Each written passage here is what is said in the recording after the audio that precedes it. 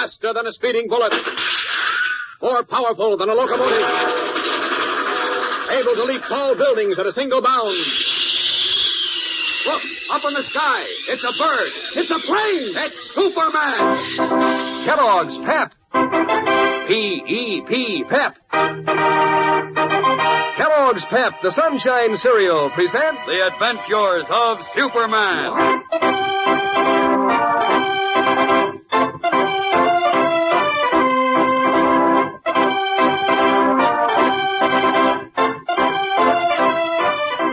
Today, while Clark Kent finds a direct clue to the man without a face, young Bucky Taylor, a helpless prisoner of the plotter against world peace, has been condemned to death.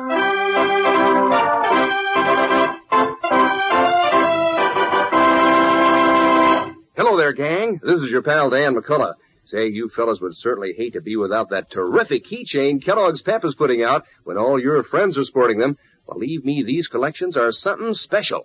That big, shiny, silver-like keychain is a humdinger all by itself. And Kellogg's Pep offers you 12 different lucky pieces to wear attached to it. Now, for the keychain only, you send one box top from super delicious Kellogg's Pep and 15 cents, that's a dime and a nickel in cash, to Superman, Department 1R, Battle Creek, Michigan.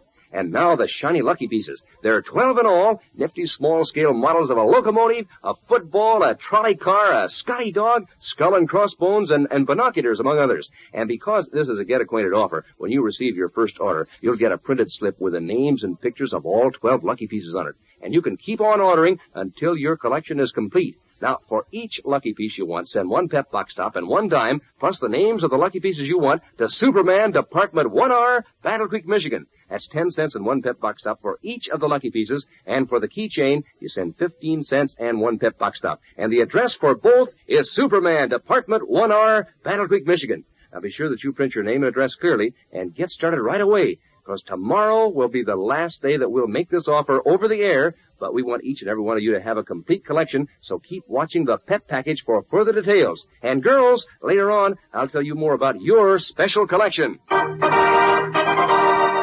now, the Adventures of Superman. Certain that the disappearance of Bucky Taylor, a young American orphan son of a Daily Planet correspondent, was tied up with a mysterious plot against the World Peace Organization, Clark Kent and Herbert Calkins, the Scotland Yard detective, joined forces in Le Havre, France, to search for the boy. From a wounded intelligence man, they learned that Bucky was probably in the hands of a sinister individual known only as the Man Without a Face, who might be found in Bavaria, Germany. But actually, Bucky is a prisoner in a tower room of an ancient castle on the French coast, where a voice, seeming to come out of nowhere, demanded that Bucky reveal where his dead father had hidden a certain story, and threatened... You have 30 seconds to begin talking, Bucky. If you remain stubborn, water will pour into this room. And, well, you know what that means. As we continue now, Superman has arrived at the Russian military government headquarters in Bavaria, Germany, where, once more in his guise of reporter Clark Kent, we find him talking with Colonel Ivan Stroganoff. Listen. I have an artist's sketch of the man I'm looking for, Colonel Stroganoff. A man known only as the Man Without a Face. The Man Without a Face? Yes. According to confidential information, he is said to be engineering a huge plot against the World Peace Organization.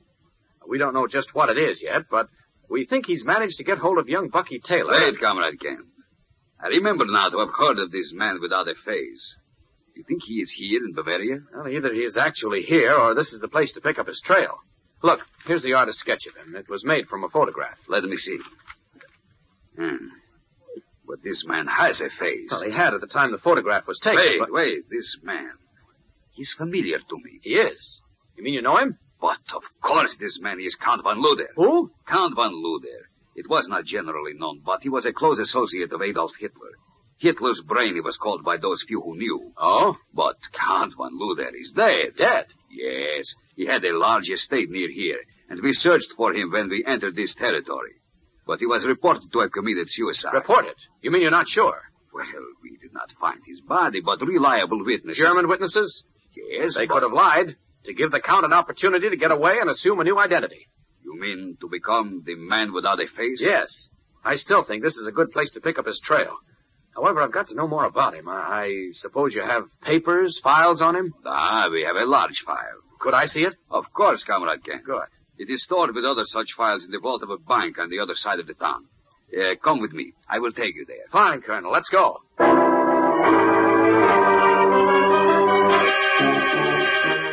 As Clark Kent accompanies Colonel Stroganoff to examine the files on Count von Luder, the 30 seconds of grace have expired for young Bucky Taylor in the ancient castle on the French coast where he is a prisoner. There in the tall, narrow, cylindrical room of stone, water from underground pipes is flowing into the room and has almost reached Bucky's hips.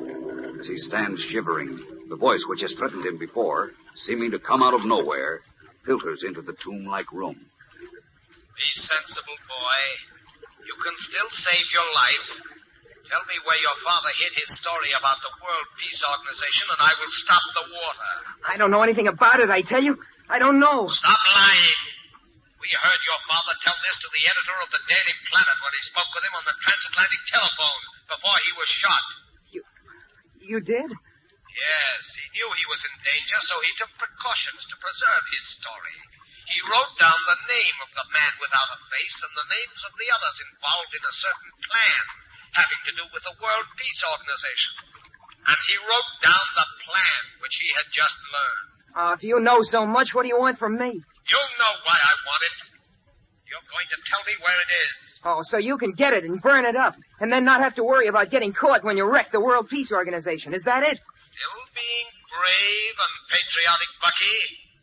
Willing to lose your life to preserve a stupid ideal like the World Peace Organization? It isn't stupid. It's the only chance the world has to avoid being destroyed in the next war. My father said that... Your father died at my command. And so will you unless you talk right now. Well? I won't tell you anything. Not all your dirty, torturing Nazis could make me tell. And you can't either. Really? I promised my father I'd only spill to one man, his editor in Metropolis. And he's the only one I will tell. Unless you talk, you'll never see Metropolis again. Tell me, Bucky, how high is the water now? Come on in and find out. Now listen, Bucky. I was hoping this wouldn't be necessary.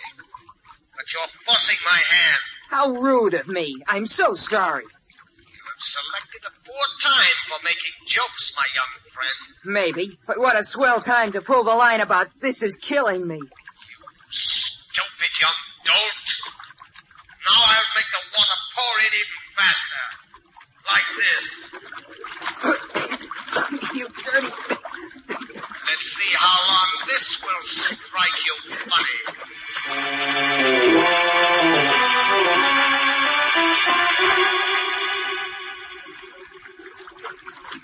Now the water level is over your head and you're forced to swim. How do you like that? If I had my choice, I'd rather have a different kind of swimming pool. Still being foolishly brave, eh, Bucky? Yeah, sure. But how long can this go on? What did you say? Nothing that would interest you. Be reasonable, son. All you have to do is... I know what I have to do, and I'm doing it. Very well. It'll not be long now before your last chance for life will be gone.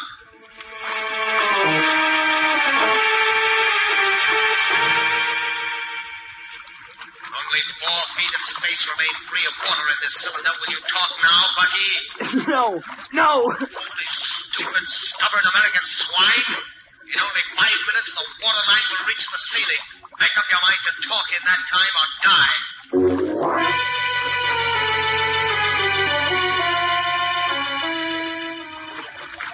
Well, Bucky, there's not long to go. Will you talk now? Better say yes. Stall for time. Speak up, boy. I can't hear you. Yes, I'll talk. Now you're being smart, boy. Go on. Tell me what I want to know. Then I will let you out of the tank.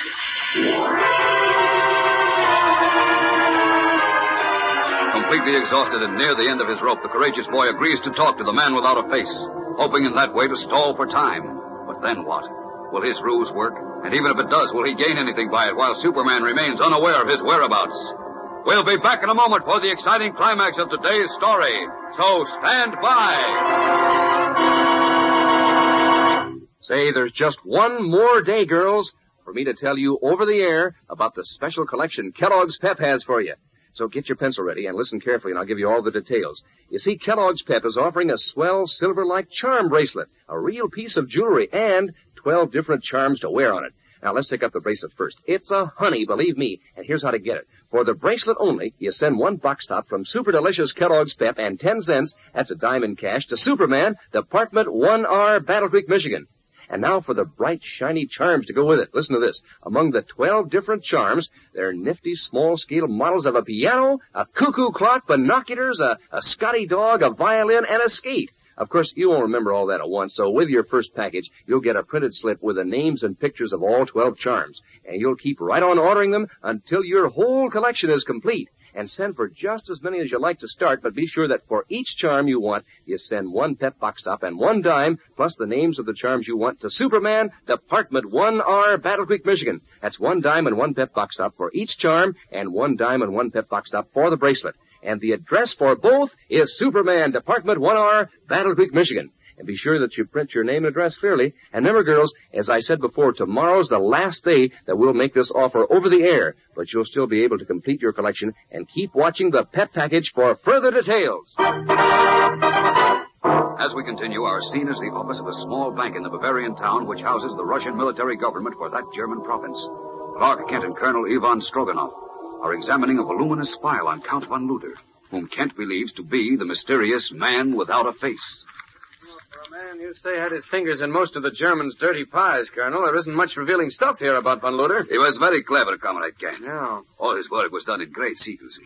But we have established beyond doubt that many of Adolf Hitler's most vicious plans were actually conceived by von Luder.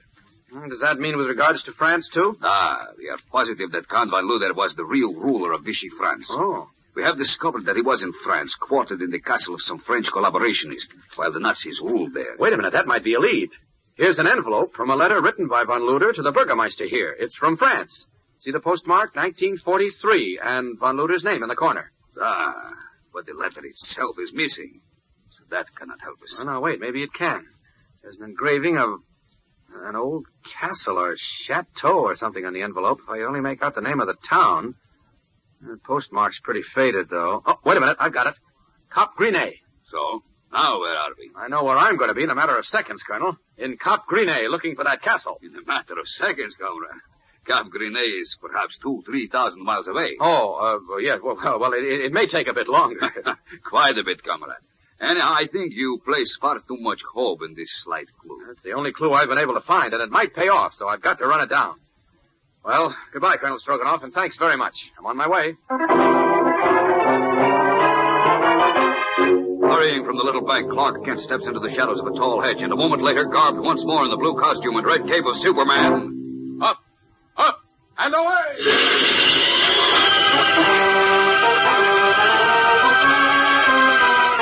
He leaps high into the sky, swerves to the southwest, and flashes away like a zooming rocket, bound for an old castle on the French coast.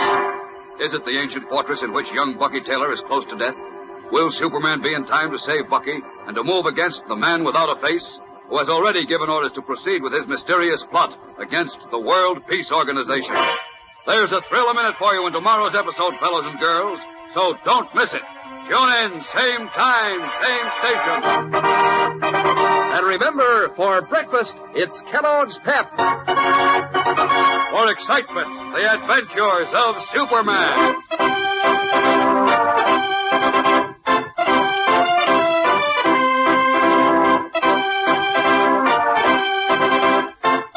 Superman is a copyrighted feature appearing in Superman DC comic magazines and is brought to you Monday through Friday at this same time by Kellogg's Pep, the Sunshine Cereal.